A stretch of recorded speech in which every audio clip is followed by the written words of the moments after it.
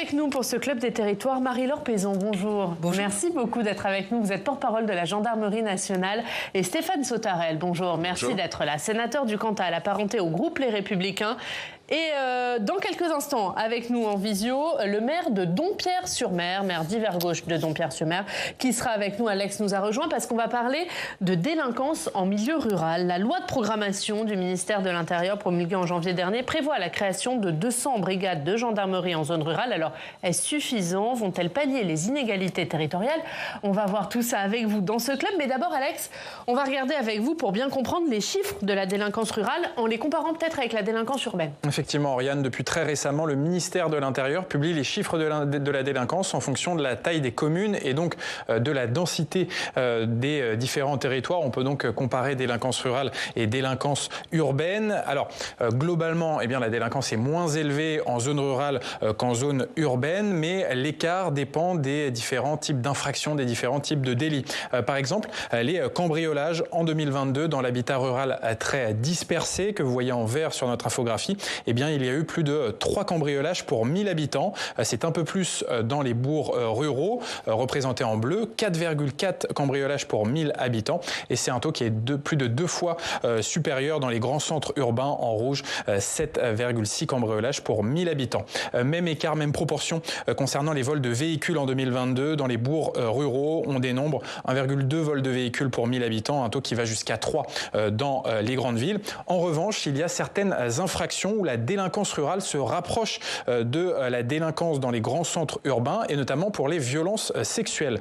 Dans l'espace rural, en 2022, on est aux alentours d'une affaire de violence sexuelle pour 1000 habitants. C'est proche du taux de violence sexuelle des grands centres urbains qui est à 1,4. Si on prend également les violences intrafamiliales et notamment les coups et blessures, dans les bourgs ruraux, le taux est de 2 cas de violence intrafamiliale pour 1000 habitants. Et il est à 3 dans les grands centres urbains. En revanche, il y a des délits où l'écart est très fort entre le rural et l'urbain, notamment les vols sans violence avec personne, comme les pickpockets. En 2022, on est à 4 vols de ce type en zone rurale, pour 1000 habitants, contre un taux de 17 vols pour 1000 habitants dans les grands centres urbains. Forcément, les pickpockets se développent dans les grandes villes. Donc on voit que la délinquance rurale est forte pour certains délits et plus faible pour d'autres. Merci Alex. Marie-Laure Pézon, on a vu les chiffres. Est-ce que la délinquance en milieu rural est une délinquance qui a tendance à s'accroître? Alors, au niveau de la gendarmerie, on a 96% du territoire. Donc, sur ce découpage, c'est un peu complexe de vraiment opposer le rural à l'urbain, puisqu'on a aussi des zones périurbaines. Donc, on a les chiffres qui viennent d'être présentés. On a certains types de délinquance qui sont peut-être un peu plus spécifiques au milieu rural, mais on a aussi des nouvelles formes de délinquance qui apparaissent. On a récemment fait un point, par exemple, sur les atteintes aux biens dans le monde agricole, puisqu'effectivement, il y a, par exemple, des vols de GPS, un certain nombre de phénomènes qui peuvent ponctuellement faire jour. On a la cybersécurité aussi qui est de plus en plus prégnante. Et là, finalement, il n'y a pas de frontière entre l'urbain et le rural. Donc, c'est de la délinquance contre laquelle on lutte et pour laquelle, en fait, on accroît aussi notre prévention pour sensibiliser l'ensemble du territoire.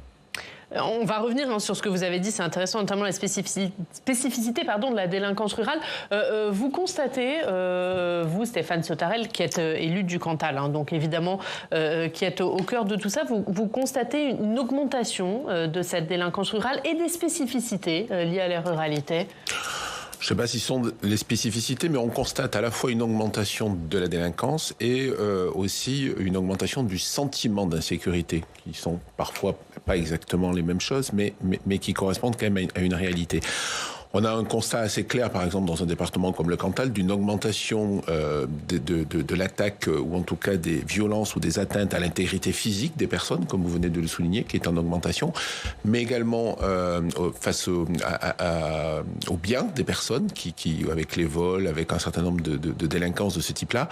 Et puis un phénomène dont on n'a pas encore parlé, qui semble apparaître de façon forte en ruralité. La ruralité n'est pas éloignée des problèmes de trafic de stupéfiants et de consommation de stupéfiants et donc d'addiction ou de difficultés liées aux stupéfiants. Par exemple, le colonel de gendarmerie récemment me disait qu'aujourd'hui dans les contrôles sur la sécurité routière, il y a autant de positifs aux stupéfiants qu'à l'alcool. Ce qui est quand même un phénomène nouveau et particulièrement inquiétant dans des territoires comme les nôtres, qu'on pensait un peu plus éloignés de cette question-là. Et aujourd'hui, il n'en est rien. Donc, le fait qu'il y ait besoin d'apporter un service de proximité pour répondre à la fois au sentiment d'insécurité, mais aussi à la réalité d'insécurité, aussi bien du côté de la gendarmerie qu'en zone de police, parce qu'on a malgré tout, dans nos territoires ruraux aussi, des petites villes, des villes moyennes qui sont en zone de police. Et donc ça, c'est un besoin qui, effectivement, aujourd'hui, est important. Oui, vous la constatez, cette spécificité. Vous nous l'avez un peu dit, Marie-Laure Paysan, il y a quelque part des spécificités liées à la ruralité.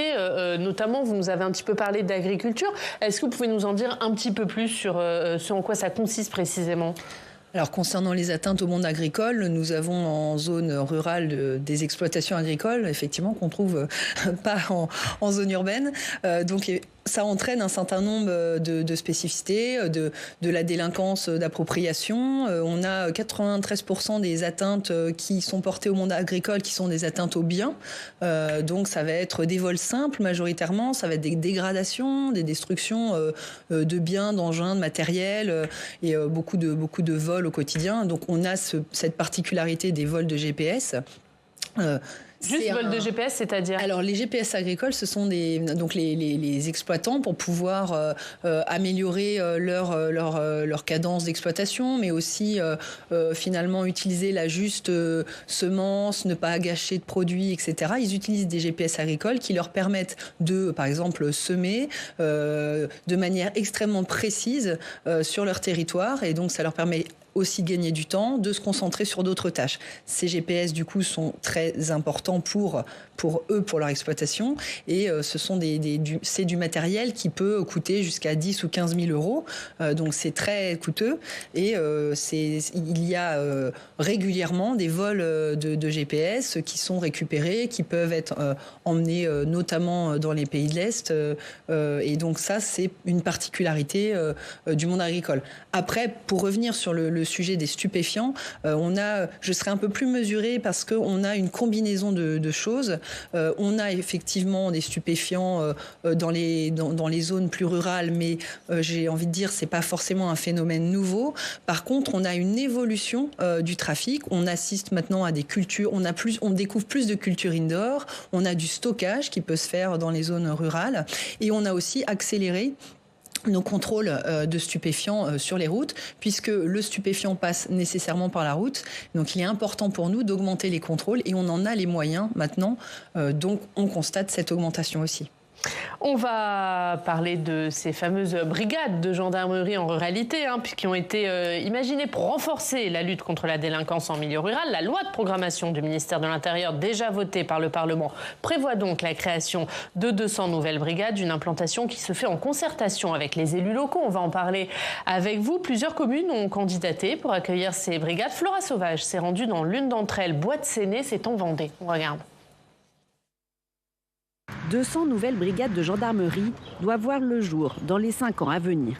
En Vendée, Bois-de-Séné s'est portée candidate, une commune de 2000 habitants à 50 minutes au sud de Nantes, qui attire de plus en plus. La démographie sur le territoire, elle est forte depuis, on va dire, l'après-Covid. Il y a eu un fort changement de la population. On a un effet de masse qui apparaît, et au niveau de la sécurité, on se retrouve aussi déstabilisé. Les infractions sur le code de la route, les personnes veulent aller de plus en plus vite sur leur lieu de travail, leur domicile et ainsi de suite.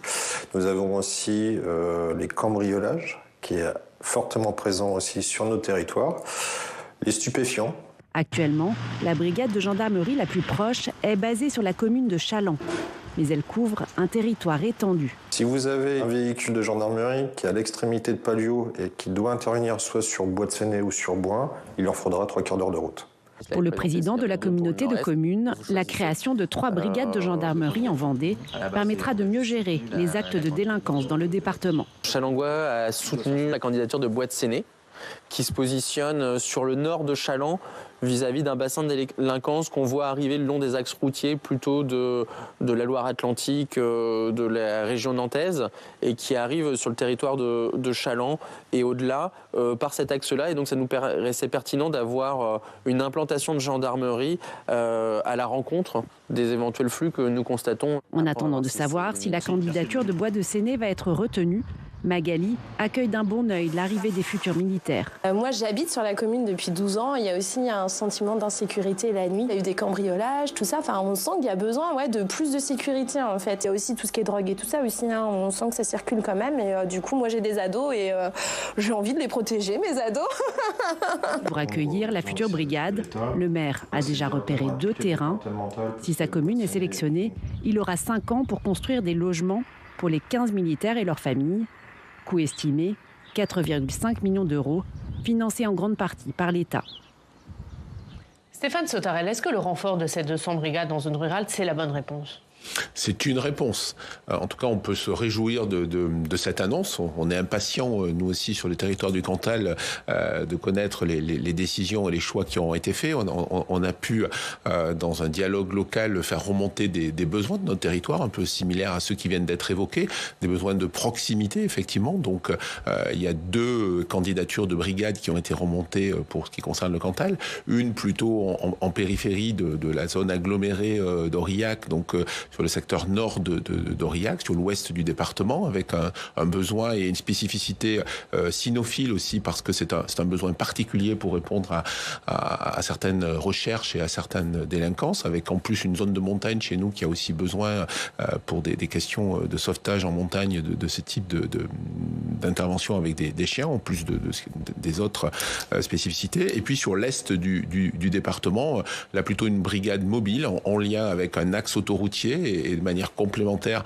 avec le secteur de Saint-Flour, sur la commune nouvelle de Val-d'Arcomie, un projet aussi dont on espère qu'il pourra améliorer la couverture. En fait, moi je parle de maillage du territoire. Ce qui est important pour la gendarmerie, c'est une grande proximité avec les habitants, donc un bon maillage, une présence, par exemple aussi une présence ponctuelle quand il y a des jours avec des manifestations, des marchés dans certaines communes rurales. Il est important d'être présent plus fortement ce jour-là. Et donc ce qui compte, c'est ce maillage qui avait été un peu mis à mal par le passé et qui, j'espère, aujourd'hui va pouvoir être renforcé par ces 200 brigades qui viendront en complément aussi déjà d'un renfort qu'on a eu sur le secteur de Mauriac, dans le département du Cantal, avec un peloton de surveillance et d'investigation de gendarmerie, un PSIG qui vient de voir le jour, vient d'être installé sur le secteur de Mauriac. On en manquait cruellement sur toute une partie de notre département. Voilà, donc c'est peut-être pas la réponse, mais c'est sans doute un des éléments de réponse. Et on va parler de ce maillage territorial dans quelques instants, mais on va aller voir Guillaume Krabal qui nous a rejoint. Bonjour monsieur le maire, maire de Dompierre-sur-Mer, c'est en Charente-Maritime.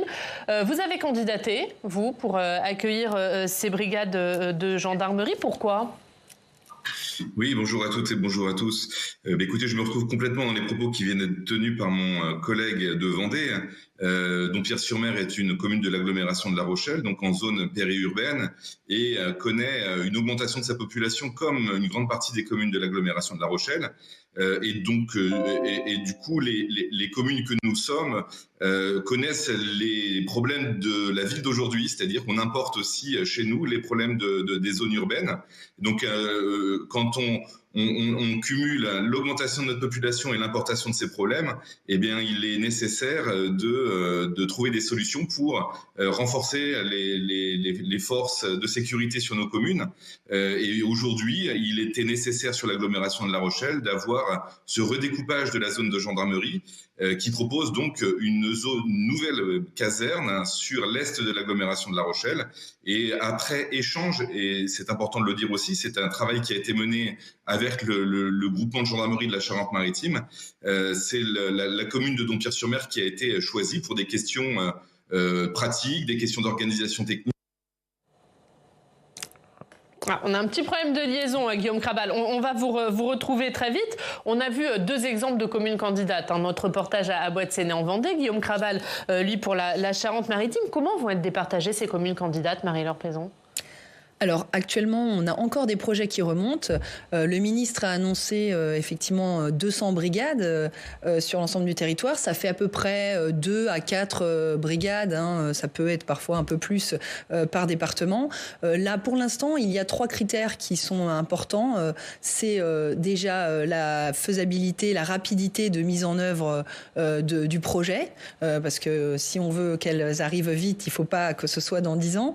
On veut qu'elles arrivent quand juste? Elles seront mises en place Les quand? premières arriveront d'ici la fin de l'année. D'ici la fin de l'année, parce qu'on a 2 types de brigades, ça je pourrais revenir dessus, mais du coup les premières arriveront d'ici la fin de l'année. Donc on a la rapidité de mise en œuvre, il y a la faisabilité technique, savoir si on a déjà une emprise, un local pour accueillir les gendarmes, éventuellement des logements, savoir si on est près d'un axe routier, voilà, s'il y a aussi la possibilité de mettre rapidement du matériel technique.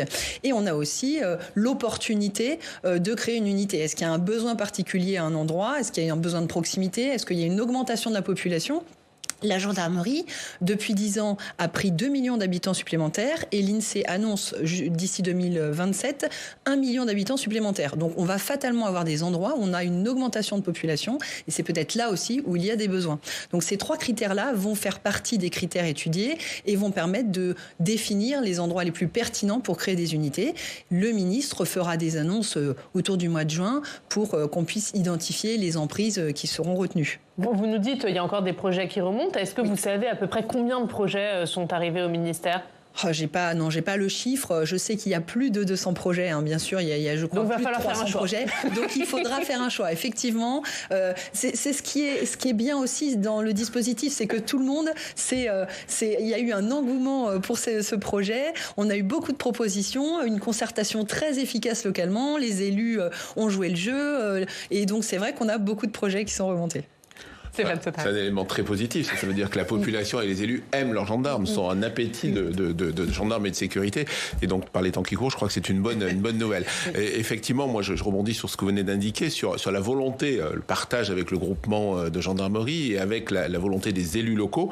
Et donc, par exemple, sur la périphérie d'Aurillac, en zone périurbaine, où il y a une augmentation de la population, la commune de Jussac, en l'occurrence, s'est positionnée en apportant du foncier, puisque c'est la commune qui apporte le terrain sur lequel la caserne peut être construite, avec donc cette volonté d'identifier et de permettre très rapidement une opération qui peut être montée, avec notamment les bailleurs sociaux qui s'engagent aussi pour construire rapidement ces brigades et les rendre vite opérationnelles. Donc on est tout à fait dans cette dynamique-là, comme sur les autres communes dont on a pu entendre des témoignages. Oui, on va retourner en Charente-Maritime, retrouver Guillaume Crabal. Guillaume Crabal, vous l'avez entendu, il y a des choix qui vont être faits. Est-ce que vous êtes optimiste sur le fait que votre commune soit retenue? Alors moi je suis toujours optimiste. Après, comme ça a été indiqué, je pense qu'il y aura plus de 400 dossiers sur les 200 casernes possibles. Nous avons fait le meilleur dossier avec l'agglomération de La Rochelle, qui correspond surtout à des besoins sur le territoire. Et donc on croise les doigts et on espère que le dossier sera retenu, donc si j'ai bien compris, courant juin.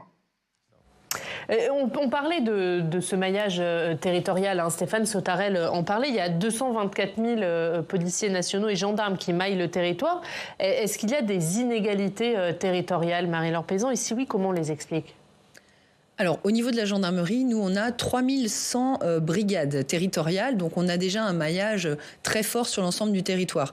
L'objectif, c'est d'apporter le même service public à toute la population, à toutes les communes.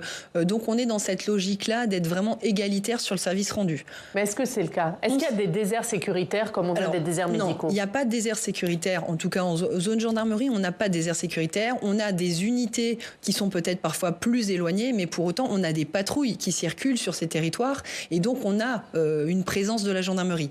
Pour autant, on se rend compte qu'il y a peut-être certains territoires qui sont peut-être très étendus. On aurait besoin de ramener de la proximité. C'est d'ailleurs une attente de la population, avoir plus de proximité. Et on est aussi dans une logique d'aller vers.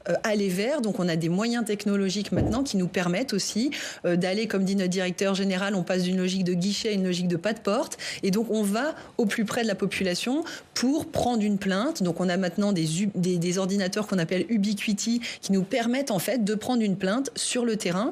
Donc voilà, tous ces outils nous permettent maintenant de nous rapprocher de la population. Et donc, la création de ces nouvelles unités qui seront donc soit fixes, soit mobiles, parce qu'on a deux types de brigades. La brigade avec une emprise qui va avoir son propre territoire, les gendarmes qui vont travailler sur ce territoire et quelque part, ces unités fixes vont soulager une autre unité qui avait peut-être un territoire un peu grand. Et on a les brigades mobiles qui, elles, vont partir d'une unité fixe et qui vont ensuite se déplacer sur le territoire, aller faire des permanences dans les mairies, dans des locaux qui seront mis à disposition, dans des espaces services. Donc on a des logiques différentes aussi qui vont être mises en œuvre en fonction des besoins identifiés. Et ça, dans les 200 nouvelles brigades, ça se répartit comment ? Alors pour l'instant, tout dépend des projets qui sont remontés, mais je sais que dans tous les territoires, vous avez à la fois des projets de brigades fixes qui ont été proposés et des projets de brigades mobiles. Parfois, les brigades fixes, d'ailleurs, comme disait monsieur le sénateur, peuvent aussi avoir une dimension équipe cynophile ou une brigade équestre qui va pouvoir renforcer sur un domaine particulier la brigade déjà existante. J'ajouterais un point complémentaire, effectivement, à ces deux types de brigades. Il y a aussi les brigades spécialisées sur lesquelles aujourd'hui nous essayons de plaider, pour lesquelles nous essayons de plaider. Par exemple, dans un département rural, il y a des enjeux particuliers liés à la ruralité ou liés à l'agriculture. Et donc, sur la police de l'environnement ou sur d'autres phénomènes comme ceux qui ont été évoqués tout à l'heure sur l'agriculture. Parce qu'au-delà des vols de matériaux ou de carburants qui existent sur les chantiers comme dans l'agriculture, il y a aujourd'hui aussi des incivilités ou des actions militantes qui portent atteinte aux biens en particulier des agriculteurs. Et donc il est important d'avoir aussi des actions spécialisées dans ce domaine-là, comme dans le secteur de l'environnement. Et par exemple, pour ce qui est du département du Cantal, nous souhaitons aussi reconvertir une brigade en la densifiant, parce qu'il est important qu'une brigade ait un effectif suffisant. Par exemple, dans le projet de 200 brigades, aujourd'hui on est sur des projets avec un minimum de 10 gendarmes par brigade, de façon à assurer une bonne continuité, une bonne présence. Ça, c'est une difficulté, parce qu'il ne suffit pas d'avoir une implantation, mais il faut aussi avoir des effectifs suffisants par brigade. Et on va y venir sur la question des effectifs, mais Guillaume Krabal, brigade fixe ou brigade mobile pour vous ? C'est une brigade fixe avec une possibilité d'avoir 15 gendarmes, sachant qu'aujourd'hui, la zone de Dompierre-sur-Mer pour laquelle nous postulons, c'est 23 gendarmes. Donc, on vient rajouter 15 gendarmes sur le territoire en redécoupant les zones. Et donc, c'est l'arrivée effectivement du service public de proximité sur notre terrain. Et c'est effectivement ce qu'il manque aujourd'hui. Et c'est renforcer aussi la présence du service public. Et c'est ce sentiment d'abandon qu'on vient combattre aussi aujourd'hui en proposant ces effectifs supplémentaires sur notre terrain. Il y avait aussi des délais d'intervention qui étaient longs. Chez vous, on a entendu à Bois-de-Séné des délais d'intervention qui pouvaient aller jusqu'à 3/4 d'heure. Chez vous, c'était le cas aussi ? Mais écoutez, ce qu'il faut avoir en tête, c'est qu'aujourd'hui, nous avons un gendarme pour 1500 habitants sur un territoire qui fait 10 communes, alors que le ratio pour un travail efficace d'un gendarme est d'un gendarme pour 1000 habitants. Donc on va renforcer la présence et les effectifs de gendarmerie et diminuer les temps d'intervention. Donc c'est excellent à la fois pour la qualité d'intervention de la gendarmerie, qui fait de l'excellent travail et qui des fois est empêché en raison de ces distances d'intervention. Et on vient renforcer les effectifs sur des territoires qui en manquent. Je vais laisser répondre Marie-Laure Pézan à ce que vous venez de dire. Il y a des fois une forme d'empêchement lié à ces délais d'intervention, à ces distances trop longues dans ces zones rurales. Alors, ce qui se passe, c'est qu'on a parfois des territoires, effectivement, qui sont un peu vastes et on a tendance à avoir une surveillance plus particulière sur les zones où on identifie de la délinquance, où on sait que potentiellement, il peut y avoir de la délinquance. Et donc, on va faire des patrouilles de prévention sur les secteurs qui peuvent être parfois plus touchés par certains phénomènes. Donc c'est vrai que quand on est beaucoup sur certains territoires, peut-être que parfois on délaisse certains autres territoires et le jour où il se passe quelque chose sur ces autres territoires, nos délais d'intervention peuvent être un peu longs. Donc c'est vrai que ces nouvelles brigades vont permettre finalement de renforcer cette proximité et de réduire mécaniquement les délais d'intervention, effectivement. Il y avait aussi une réponse à une demande de la population, Stéphane Sautarel. Oui. Ces 200 brigades, ça répond aussi à une volonté de la population de se sentir mieux protégée. Oui, absolument. J'évoquais tout à l'heure le sentiment d'insécurité, mais qui est parfois aussi vécu, qui est aussi une réalité. Et donc, il y a une attente, il y a une demande de la population. Ça a été dit par chacun des maires qui sont intervenus. Et donc, il y a ce besoin de répondre à cette reconnaissance aussi du milieu rural. Vous avez évoqué tout à l'heure la notion de désert en faisant un parallèle passerelle entre déserts médicaux et déserts sécurité. Effectivement, moi, je confirme qu'il n'y a pas de désert de sécurité. En revanche, il y a des besoins complémentaires, et notamment en prenant en compte aussi le territoire et pas seulement la population, parce qu'on l'a dit, les temps d'intervention sont importants, et même si le territoire est moins dense, il y a des besoins de renforcement, et ce sont les 3 premiers services publics qui sont attendus par la population: la sécurité, l'éducation et la santé. Quand on ne répond pas à ces 3 services de base essentiels, on ne peut pas prétendre prendre en compte les besoins de la population. Et donc c'est pourquoi je me réjouis pour l'instant de ce qui est une annonce, et qu'on nourrit beaucoup d'espoir sur les réponses qui seront apportées quant à ces 200 brigades, parce que ça correspond vraiment à une attente, et ce sera un signe positif. On n'a pas tant de signes positifs que ça en direction de la ruralité, avec des renforcements de moyens et de services publics. Là, on aurait un vrai signe positif, un vrai message en direction de la ruralité. Guillaume Krabal, ça correspond aussi à une demande de votre population. Vos administrés vous ont fait part de leur volonté de voir cette brigade créée dans votre commune? Alors, bien entendu, ce sera un plus pour la sécurité de nos habitants, de mes habitants. Cela dit, je pondère un peu. On a la chance de vivre dans des communes qui ne connaissent pas de grande délinquance. Par contre, on a une augmentation, comme ça a été dit en introduction, du nombre de cambriolages. On a une augmentation de l'insécurité routière. Le vol de GPS fait partie aussi de notre quotidien.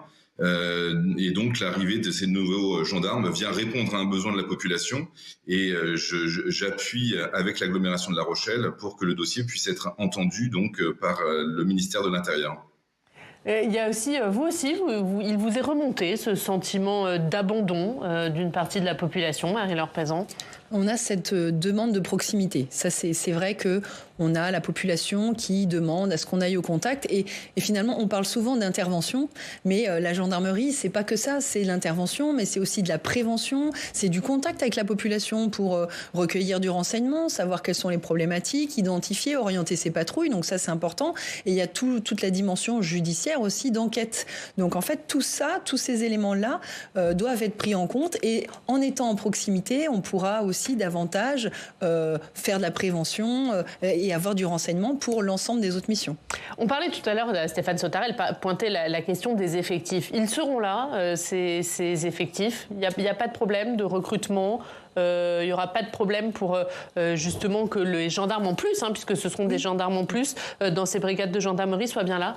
Alors, dans le cadre de la LOPMI, on a des effectifs en plus qui seront là. Donc, on a plus de 2000 gendarmes. C'est un gain net qui sera fait. C'est en plus de l'existant. On aura à terme 2000 effectifs de plus. Donc, c'est quand même quelque chose d'assez historique, assez nouveau. Et on s'en réjouit au niveau de la gendarmerie, mais je pense au niveau des élus et de la population, c'est vraiment un plus. On a aussi une campagne de recrutement que vous avez peut-être déjà aperçue. Là, elle passe. Et on la voit avec la flamme. Vous la voyez sur les médias. Donc, c'est vrai que cette campagne-là, elle a aussi pour dessein de recruter 12 000 personnes. Pour 2023, c'est l'objectif. Donc, on est vraiment dans un renouvellement permanent de nos effectifs, mais avec en plus des effectifs supplémentaires. On aura effectivement des gendarmes quand les brigades seront mises en place. On va avoir un calendrier politique qui va être annoncé avec cette mise en place. Le calendrier RH suivra. Et donc, on a l'objectif de créer des unités mixtes avec à la fois des gendarmes qui sont expérimentés et qui ont déjà une connaissance de la gendarmerie, des procédures et du terrain, avec des gendarmes qui vont sortir d'école, puisque comme je vous ai dit, on a 12 000 gendarmes qui sont en train d'être recrutés et formés, et donc ils armeront également ces unités. La conclusion, Stéphane Sautarel. Oui, je partage cette idée que la présence visible est un élément important en termes de prévention et pour également rassurer la population, même si nous ne sommes pas dans des zones où la délinquance est la plus forte dans notre pays, et fort heureusement. Mais il faut justement garder cet avantage concurrentiel du bien vivre sur nos territoires et donc rassurer avec cette présence de gendarmes au quotidien sur nos territoires. Voilà, c'est un point essentiel. Guillaume Krabal, un dernier mot, allez, 20 secondes pour faire la promotion de la candidature de Dampierre-sur-Mer. C'est le moment. Mais écoutez, comme ça a été dit à plusieurs reprises, on a besoin absolument en tant que maire de ce maillage de notre territoire par des forces de sécurité avec notre police municipale, et le maire ne peut rien il est le pivot de toutes ces forces de sécurité, et donc il faut qu'il puisse travailler avec eux, il faut qu'elles soient en plus grand nombre, et donc l'apport de ces nouveaux effectifs est un plus à la fois pour l'action du maire, mais pour toute la population de nos communes. Voilà, et ce sera le mot de la fin. Merci à tous les trois pour ce débat. Si vous voulez bien rester avec nous, on va regarder ce qu'il y a à la une de nos quotidiens régionaux.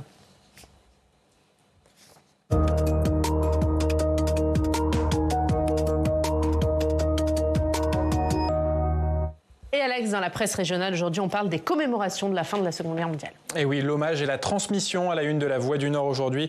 Une Voix du Nord consacrée aux commémorations hier de la victoire du 8 mai 1945, la victoire des Alliés face à l'Allemagne nazie. L'enjeu aujourd'hui, c'est bien la transmission de la mémoire collective, alors que les anciens combattants disparaissent peu à peu. Dans le Pas-de-Calais, par exemple, l'Union départementale des combattants organise des formations pour les jeunes dès 14 ans pour qu'ils puissent participer à ces cérémonies. Et un responsable de cette association témoigne, il le dit, les jeunes sont plutôt intéressés par la guerre. Ils nous demandent comment on se battait exactement à l'époque et ils sont intéressés par ce sujet, notamment depuis le début de la guerre en Ukraine. Et justement, cette commémoration de la victoire sur l'Allemagne nazie s'invite aussi dans le conflit en Ukraine. C'est à la une du Télégramme, une victoire qui est célébrée en Russie le 9 mai, aujourd'hui, avec de traditionnelles célébrations à Moscou sur la place Rouge. Et l'Ukraine a décidé cette année de ne pas célébrer cette victoire le 9 mai comme l'ennemi russe, mais le 8 mai, hier, le président ukrainien Volodymyr Zelensky, qui a d'ailleurs fait un discours et affirmé que le mal que représentait la Russie moderne aujourd'hui serait vaincu, comme l'a été le nazisme hier. La crise du logement, une de plusieurs quotidiens régionaux. Et oui, c'est à la une de Nord-Éclair et du journal Sud-Ouest. Il est aujourd'hui très compliqué de trouver un bien à louer. L'offre locative diminue. Il est également difficile d'obtenir un prêt immobilier. Les taux d'intérêt ont grimpé et la France compte aujourd'hui 4 millions de mal logés. Et dans ce contexte de crise du logement, eh bien, le Conseil national de la refondation sur le logement va remettre ses propositions aujourd'hui. Parmi elles, de nouvelles aides fiscales pour favoriser la construction, un meilleur accompagnement des plus vulnérables et puis un possible encadrement des prix du foncier sur le modèle de l'encadrement des loyers dans certaines métropoles. Et sur ce sujet du logement, il y a une ville qui est observée de près par l'État, c'est Marseille. Selon le journal La Marseillaise, la municipalité ne respecterait pas ses objectifs fixés par la loi en matière de construction de logements sociaux. Il faut avoir 25% de logements sociaux sur son territoire, c'est la loi SRU. Et un courrier du préfet que s'est procuré le journal La Marseillaise affirme que la ville n'a atteint qu'un tiers de ses objectifs. Donc elle encourt de possibles sanctions qui pourraient aller jusqu'à une reprise en main par l'État des permis de construire dans la cité phocéenne. Allez, il nous reste 10 secondes pour parler de Jean-Michel Aulas. Claque de fin pour Jean-Michel Aulas, puisque le nouveau propriétaire américain de l'Olympique Lyonnais a pris la présidence du club plus vite que prévu et a remercié Jean-Michel Aulas qui met un terme à une aventure de plus de 36 ans à la tête de l'Olympique Lyonnais. Merci beaucoup Alex, merci pour cette revue de presse. Merci Stéphane Sautarel, merci Marie-Laure Pézan qui est juste derrière et qu'on remercie d'avoir participé à ce débat. Si vous voulez voir ou revoir cette émission, notre nouvelle plateforme publicsena.fr à 18h. Vous avez rendez-vous avec Thomas Hugues et nous on se retrouve demain. Très bonne journée.